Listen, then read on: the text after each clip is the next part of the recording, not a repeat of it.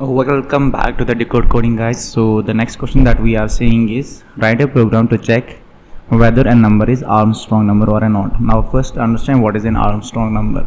Let's say you are having a one number. Let's say I'm having a one number. I'm saying 153, right? So now you have to find how many digits you are having here. So I am having the 3 digits. So if I will take the 1 cube, that means number of digits here, plus 5 cube, y cube, because we are having 3 digits here, plus 2 cube. If I will sum them up and if I am getting the same number back, I can say that it is an Armstrong number, right? Let's say one more example. If I am having 136, right, 1364. So what you have to do is you have to perform 1 raised power. So how many digits you are having here? 4 digits. So I will say 1 raised power 4 plus 3 raised power 4 plus 6 raised power 4 plus 4 raised power 4. After performing the sum, if that sum is same as the original number here, you can say the number is Armstrong number. Getting this point? If you okay guys, let's code it. So I will say here, I will take the number from the user. I will say number is equal to int input, and int input I will say here, and I will say num in the brackets as a message, num colon, right?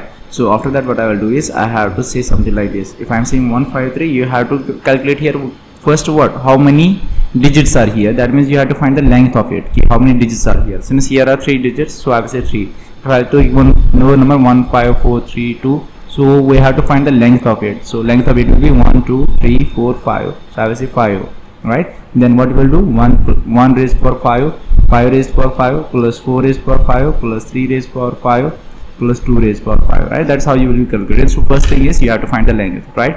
So since this number is an integer, so you can't directly find the length of this number. So what you have to do is you will use one trick. I will say here digits, how many digits are here.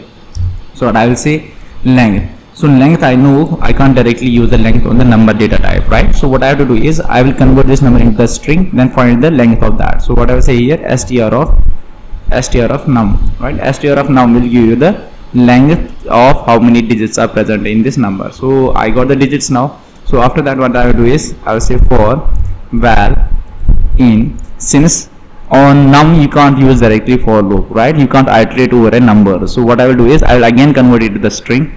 I will say str of num, right? So suppose if I am having here, let's say I am having here 153, I am having here 153. That means initial value of this val will be 1, because now it is not the integer 3 here, it's not the integer 3, it's the string 3, right? So you can iterate over the string. So initial value of val will be 1, second times it will be 5, third times it will be 3, right? So we'll be using that trick here. Now what we have to find, sum of here it will be the square of, right? So I will take one variable here, sum, right? I will say sum is equal to 0, right? And here what I will do is I will do something like this. I will say sum plus equal to val. Now you know this val, what is the data type of this val? It's a string, and you can't like do the raised power. Okay, so we need here integer actually. So what I will do is, since this val is string here, because here you are iterating over through string, so I will do here one thing. I will say int of val, and then what I will do is I will do this thing, int of val. So I will do the raised power, so I will use double star, and here I will use digit, right? And that's it. And after that I have to compare whether the calculated sum is same as the original number, then I can say it's an Armstrong number. So what I will say here, if num is equal to sum, then what I will say is print, and here I will say Armstrong, and else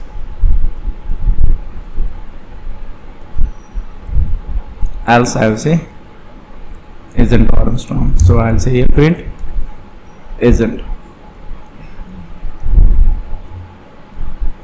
Alright, so let's run this program, and let's say I'm giving here 153, and I will say 153, and 153 is an Armstrong number. So why? So if you will calculate here 1 ka cube plus 1 ka cube plus 5 ka cube plus 3 ka cube, right? So 1 is 1 plus 5 is 125 plus 3 ka cube is 27, right? 27.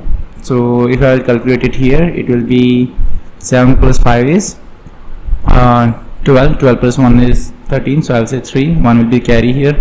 2 is 4, 4 and 1 is 5, right? And then you are having 1 here, so 153. That means this 153 is same as your original number, so you can say it is an Armstrong number, right? So let's use some other number here, and if I will say let's say 121, and 121 isn't. Why? Because 1 cube plus 4 ka cube, right? So that will be 16, and 1 plus 16 is 17. 17 plus 1 is 18. If you want to check the output here as well, so you can say here